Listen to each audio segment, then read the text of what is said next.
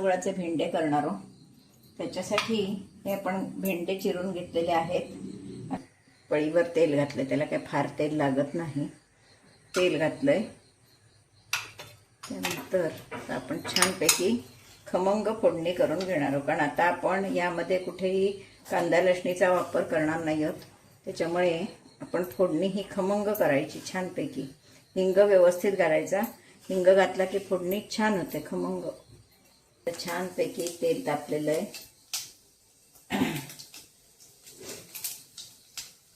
आपण यावर हिंग घालणार आणि भेंडे फोडणीला टाकणार आहोत.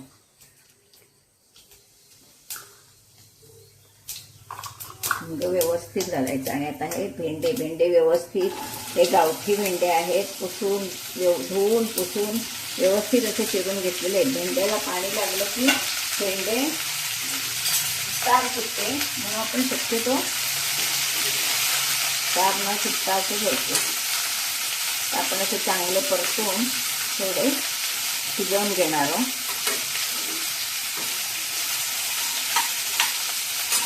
परतून घेते. थोडे चांगले वाफवून झाले की आपण त्याच्यावर बाकीचं सामान घालणार आहे. त्याच्यासाठी करायचं वाटप दाखवते तुम्हाला. आपण मिक्सरमध्ये 1 चमचाभर मी तीळ घेणार आहे त्या भाजीसाठी वाटप. चिंच गुळाचे रस भेंडे करणार आहोत. त्यानंतर हे 1-2 चमचे सुकं खोबरं भाजलेलं आणि चमचाभर दाण्याचं कूट. दाण्याचं कूट आपल्या आवडीप्रमाणे ज्याला त्यांना पचतो त्याप्रमाणे घालावं. दाण्याचं कूट काय वाईट लागत नाही. त्यानंतर आता आपण यामध्ये तिखट पण मी घालून घेते. तिखट, हळद पण घालते. थोडी वरती घालणार आहे. जिरं,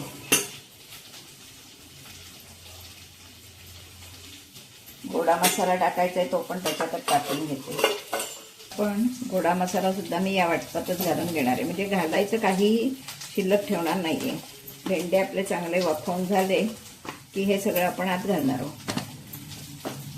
चिंच, थोडीशी चिंच गुळाचे भेंडे म्हटल्यावर छान एकदम असे पंचामृती भेंडे होतात ते.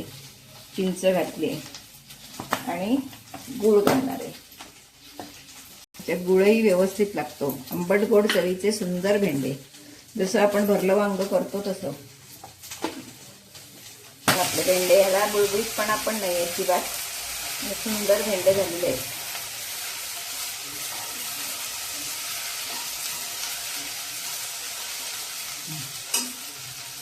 आता वाटपात मी मीठ पण घालून घेणार आहे, चवीप्रमाणे मीठ. आपलं सगळं वाटपाचं हे मिश्रण तयार झालेलं आहे. आपण हे वाटून घेणार आहोत. छानपैकी परतून झालेले आहेत. आता त्याच्यावर हे मी केलेलं वाटप सगळं घालणार आहे. मसाला काहीही आपण याच्यात घालायचं शिल्लक ठेवलेलं नाही, सगळे मसाले घातलेले आहेत.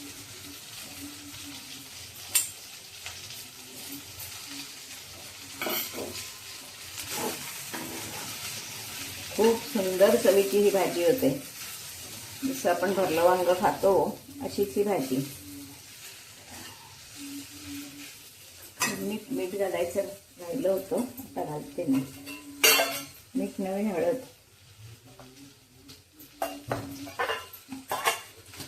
परतून घ्यायची हळद नेहमी, नाहीतर वास येतो कच्चा हळदीचा. कधी हळद ही फोडणीतच टाकायची असते, पण विसरलो तर वरून घातली तर लगेच त्याच्यावर परतून घ्यायची आणि मग पाणी ओतायचं. आता आपण यावर पाणी ओतणार आहोत.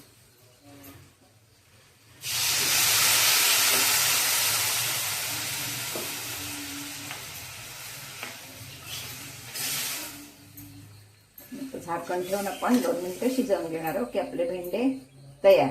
अजून मी थोडं पाणी घालणार आहे, आणि नंतर ते आळतात.